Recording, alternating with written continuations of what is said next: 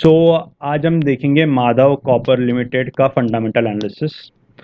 ये कंपनी ने कैसे परफॉर्म किया है over the last few years. What is this organization into, इसका फ्यूचर स्कोप क्या दिखता है, is it a good buy और सेल। फंडामेंटल एनालिसिस के ज़रिए हम जानेंगे। तो सबसे पहले कंपनी बैकग्राउंड समझ लेते हैं। कंपनी का जो सेक्टर है वो copper wires rods, copper related जो भी इंस्ट्रूमेंट्स होते हैं, डिफरेंट वायरिंग्स होती हैं, कॉपर रॉड्स होते हैं, cathodes etcetera etcetera, this company में। So it can be very easily estimated का इसका सबसे बड़ा रॉ मटेरियल जो होगा वो होगा कॉपर। सो ये कंपनी की अपनी खुद की माइंस नहीं है, this is a small company. तो जैसे जैसे कॉपर का प्राइसेस बढ़ेगा वैसे वैसे इसका मार्जिन्स कम होगा, बिकॉज रॉ मटेरियल कॉस्ट इसका बढ़ता जाएगा। This is very easy thing to reasonably assume. Now ये कहाँ का कंपनी है? Headquartered in Bhavnagar Gujarat, promoter holding 73%, detail and others कुछ 27% है। 2012 में कुछ फाउंडेड हुई है company. It went public, IPO आया 2017 में। The company focuses on manufacturing of copper wire, submersible winding wire, continuous cast, copper rods, etc. etc. Copper का commodity chart देखना इसमें बहुत इम्पोर्टेंट हो जाता है, बिकॉज कॉपर का जो क्रूड कॉपर है उसका प्राइस इसका रॉ मटेरियल का कॉस्ट बनेगा। तो जब भी प्राइस बढ़ेगा कॉपर कमोडिटी का, then this organization will start facing shrink in margins. So copper का हम प्राइस देख लेते हैं। 2006 से ऑलमोस्ट थोड़ा स्टेबल है, डीप हुआ, then again it's very much stable area में है। Post Covid commodity prices have increased. ठीक है। Now stock price chart, we can see around 2017 it went public. तब से प्राइस बढ़ रहा है। Why it is increasing we will see, and then the prices are following. Now the price fall in 2020 and beyond, हम देख सकते हैं कि there is a significant increase in the raw material cost for Madhav Copper Limited. Now let's just see कि ये जो rally दिख रहा है from March 2017 to 2020, what is the reason for this rally? 2017 में कुछ 71 करोड़ का रेवेन्यू था, then the revenue has gone increasing. तो रेवेन्यू बढ़ रहा है तो स्टॉक प्राइस भी बढ़ेगा, प्रोवाइडेड मार्जिन्स वगैरह सब सही चल रहे हैं। देखो 70 करोड़ का तो रेवेन्यू है, लेकिन एबिटा कुछ 2.5 करोड़ का है। इसका मतलब कि raw material cost, power cost, human resources वगैरह बहुत कुछ कॉस्ट इसका मैन्युफैक्चरिंग में निकल जाता है। तो नेट इनकम अराउंड फिर 1 करोड़, 2 करोड़, 3 करोड़, 4 करोड़, 5 करोड़। ईपीएस वगैरह इंक्रीज हो रहा है। एसेट्स, टोटल एसेट्स भी बढ़ रहे हैं over the years, total liabilities are increasing over the years. Total equity जो है, जिसको बुक वैल्यू कहते हैं, वो इंक्रीज हो रहा है।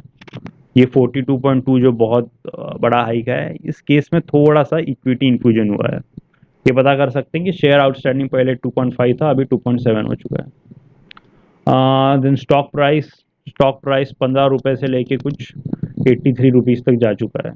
ये देखो 120 का तो पीक भी हो गया था। अच्छा खासा प्रॉफिट दिया है इस ऑर्गेनाइजेशन ने पास्ट में। If you wanted to create a position at this point of time, और हम वैल्यूएशन के बेसिस पे जाते, तो वैल्यूएशन के बेसिस पे देखते तो ये कंपनी बहुत ज़्यादा ओवर वैल्यूड दिखती, क्योंकि मार्केट कैप 37 करोड़ का है। 37 करोड़ के मार्केट कैप के लिए इतने लो मार्जिन्स है, इतने लो मार्जिन्स, इतना लो मार्केट कैप के लिए 5.2 मल्टीपल देना is not at all justified. लेकिन ये 5.2 वो टाइम पे जस्टिफाइड था बिकॉज इसका जो एक्सपेक्टेड ग्रोथ था वो ड्रास्टिक था। Stock was listed in financial year 2017, PB कुछ 5.2 था। वैल्यूएशन कुछ अट्रैक्टिव तो लगता है नहीं, इतना ज़्यादा वैल्यूएशन है। फिर भी फ्यूचर ग्रोथ को अगर हम फैक्टर इन करें तो थोड़ा बहुत ठीक है, चलो ओके कह सकते हैं, स्लाइटली ओवर वैल्यूड कहेंगे। फिर रेवेन्यू बढ़ा है, ईपीएस बढ़ा है, बुक वैल्यू भी बढ़ी है, नोपैट बढ़ा है, high NOPAT to equity contribution है, अराउंड 18 to 30% तक नोपैट टू इक्विटी कंट्रीब्यूशन है। Then points opposing the increase in share price, high PB multiple of 5.2, इतना ज़्यादा हाई वैल्यूएशन पे खरीद के मल्टी बैगर हमारे हाथ में लगेगा, it is highly highly highly unlikely, but this is a case, we can say it's an outlier. Debt to equity ratio company का फेयरली स्टेबल रहा है, okay, it reduced to large extent of 0.4 in 2020। अभी currently इसका bye recommendation तो कोई देगा नहीं, there are no point supporting buy recommendation for this organization. There are sell recommendation के लिए कुछ पॉइंट सपोर्ट करते हैं। तो सबसे पहले हम देख लेते हैं कि ये जो डिप आया, ये तो एक पीक पे आ गया था 2019-2020 में, फिर उसके बाद फॉल हो गया, कॉपर प्राइसेस बढ़े, फिर एक थोड़ा ऊपर हल्का पीक आया, फिर उसके बाद एक ड्रास्टिक फॉल है, ऑलमोस्ट 80 रुपीज से 40 रुपीज, 50% फॉल है। Why is this fall? तो ये फॉल का रीजन ये है कि क्रिसिल ने इसका जो रेटिंग है वो डाउनग्रेड कर दिया था जून जुलाई 2021 के अराउंड।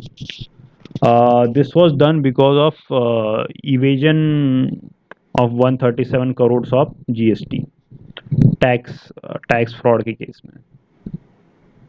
वो टाइम से stock price is falling, then regulatory authorities have temporarily seized organisations bank account assets etcetera, तो स्टॉक प्राइस तब से गिर रहा है। कंपनी का कुछ भी business, no business in the last 2 quarters. December 2021 वाला क्वार्टर में भी कोई रेवेन्यू, कोई बिजनेस नहीं हुआ है खास, जो कुछ पुराना माल था वो बेचा होगा। मार्च 2022 में तो कोई बिल्कुल भी नहीं। सो final recommendation, as you might be aware, I am not authorized uh, research analyst, so I won't be able to provide you a buy or sell recommendation. So this is a very short video on Madhav Copper Limited. One key takeaway is this कि ये जो छोटी companies होती हैं, small cap company, this can provide you multi bagger returns. देखो यहाँ पे आपने अगर आईपीओ के टाइम पे अगर इन्वेस्ट किया होता 20 रुपए के तकरीबन 120, 6 गुना, 6 time money in just 2 years, that is a strong CAGR, almost 150% का आपका CAGR, 150% 200% का CAGR रहेगा, which is very difficult to earn in the market. लेकिन फिर इसमें ऐसे केसेस जीएसटी फ्रॉड्स वगैरह के हो सकते हैं, and then you can face considerable losses. ठीक है, सो दैट्स इट।